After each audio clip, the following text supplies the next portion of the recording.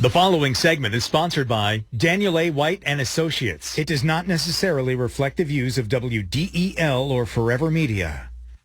Rick Jensen on 1150 AM, 1017 FM, WDEL. Broadcasting live from the Highmark Blue Cross Blue Shield Delaware sponsored studio. On the phone is Dan Simon. Dan White and Associates, they specialize in retirement income planning. Full disclosure, I'm a client. I'm a happy client. I have been a happy client. I am a happy client, and a happy client I shall be. By the way, Dan, can you name the politician who once said that many years ago? I'm not, but I'm happy that you're a happy client, Rick. Who was it? There are happy campers, and happy campers they will be. Well, maybe we'll get to that at the end of the conversation then. Right now, though, at this time of year, people are thinking, oh, my gosh, did I have a required minimum distribution?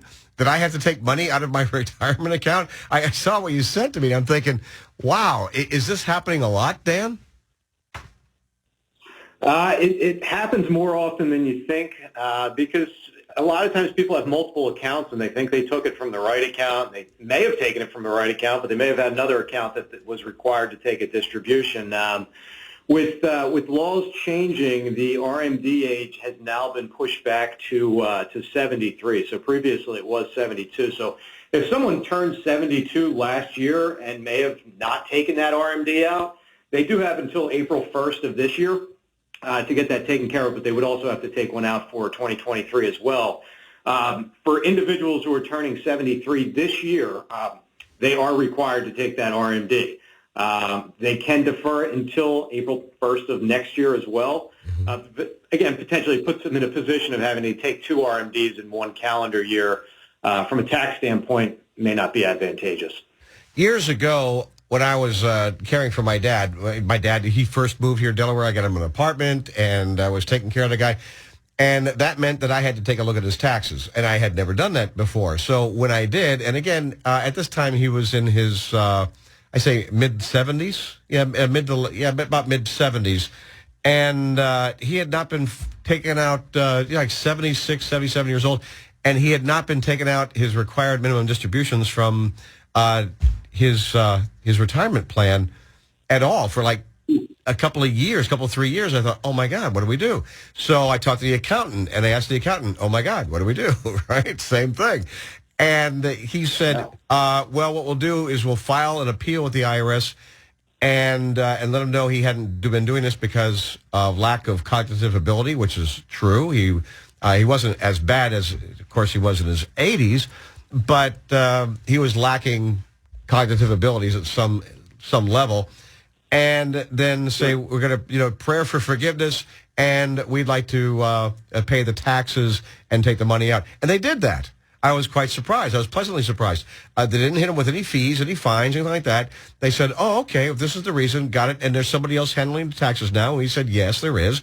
And they actually approved of that. So I'm wondering, when you work with folks who make mistakes, they forget they have to take money out, maybe it's an inherited IRA and they don't realize, oh, I've got to take money out every year. Has that been your experience, that they can ask for forgiveness and it's often granted? In most cases, yes. Obviously, people are human. We make mistakes. If the mistakes are made for reasons that are, they're trying to skate the rules or something like that, the IRS will catch on to it.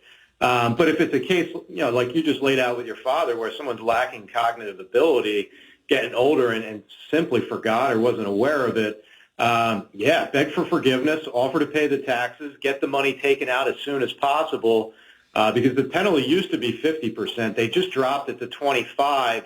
And if it's corrected sooner rather than later, the penalty is actually only 10% now. So I think they recognize that as people get older, people forget things. And it's not necessarily their fault. They just didn't do what they were supposed to do. And 50% penalty can be rather significant if the IRA or the 401k is of substantial value. Oh, heck yeah. I mean, if even if you're supposed to take out $7,000, you don't. All right, this $3,500 is gone. Oh, by the way, also taxes.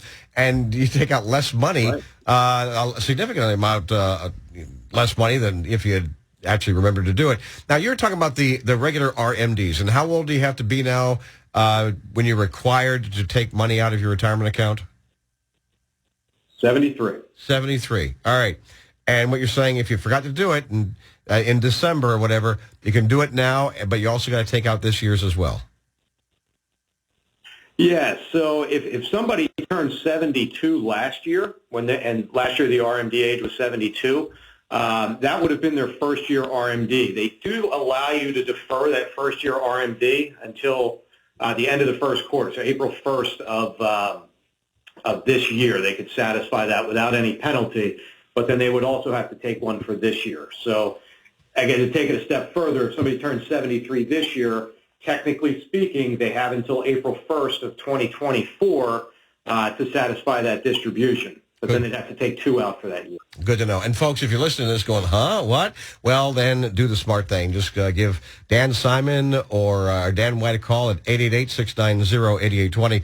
888-690-8820. These guys do all this dull and boring work, so you don't have to.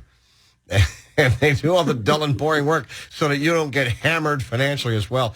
Sunday morning, Dan White has On the Money here on WDEL at 7 o'clock in the morning. Get yourself a little snack and a cup of coffee at 7 o'clock in the morning. Do you know what Dan's going to be talking about this Sunday morning? I'm not sure, to be honest with you. I know it's going to be a good show, but I don't know what the exact topic is. I was curious, though, Rick. Who was the politician that you referenced earlier? Dan Quayle. So a long time ago, Dan Quayle was talking about some folks he met on a foreign policy trip when he was vice president. And he said, happy campers they were, happy campers they are. Oh, they said, happy campers you are, happy campers you have been. And as far as I'm concerned, happy campers you will always be. That was a great political quote because he got a lot of flack for saying that. I don't know why. Sounds like a perfectly fine thing to say. And that's why I was saying as a client of you guys, of Dan White, happy camper I am and happy camper I will be. All right? We like the happy campers for sure. And happy clients. Thanks, Dan. Be well, my friend. All right, Rick. Take care.